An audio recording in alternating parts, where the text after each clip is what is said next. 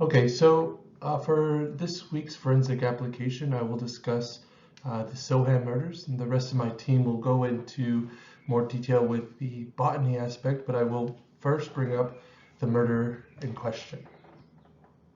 Back in August of 2002, 10-year-olds Holly Wells and Jessica Chapman went missing from their home in Soham, Cambridgeshire, England in 2002. They vanished just after leaving a family barbecue, and they were last seen with the suspect Ian Huntley.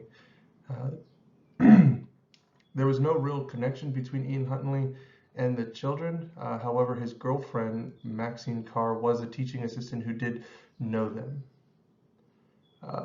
The children went missing, and at first, really according to the article, Ian Huntley wasn't a prime suspect. Maxine Carr was. And the children were missing for about 14 days.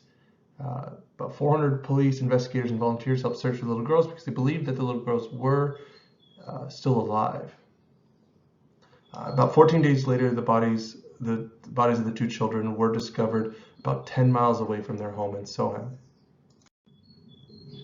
So who are the suspects? The suspects were the suspects of Holly and Jessica were Maxine Carr, who was first arrested for their disappearance. She, like I said, she was the girlfriend to Ian Huntley, and she was a teacher's assistant who knew the girls. Ian Huntley assisted in the search at first, and he began to ask a lot of suspicious questions regarding DNA, such as how long does DNA last at the crime scene, as well as he started to, get really involved with the search, and it did come off as a little suspicious. Again, there was really no connection between Ian Huntley and those two girls.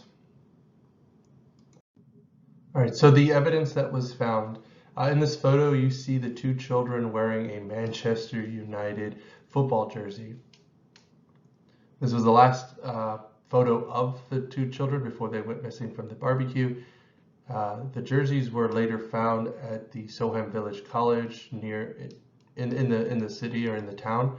However, during the search, a lot of volunteers, investigators would think that they saw the girls who went missing because they would see other little children, other little girls wearing jerseys similar to this.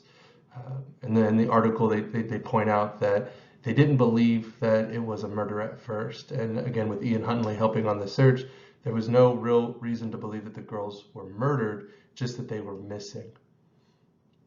Later, the jerseys were found up, charred, and cut up. They did take those fibers that matched the bodies that were later discovered. The fibers and DNA also matched Ian Huntley. Solve the case.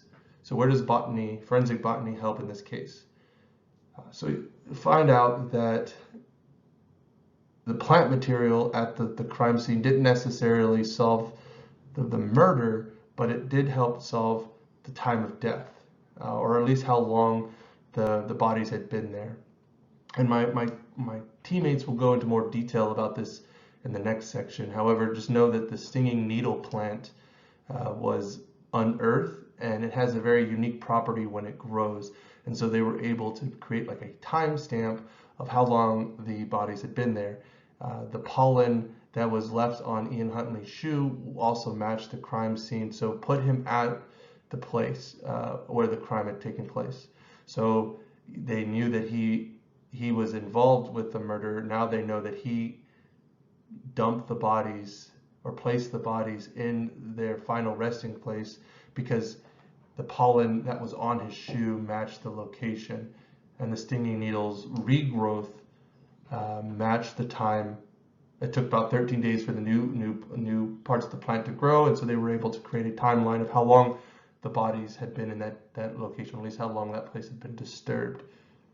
Okay, thank you.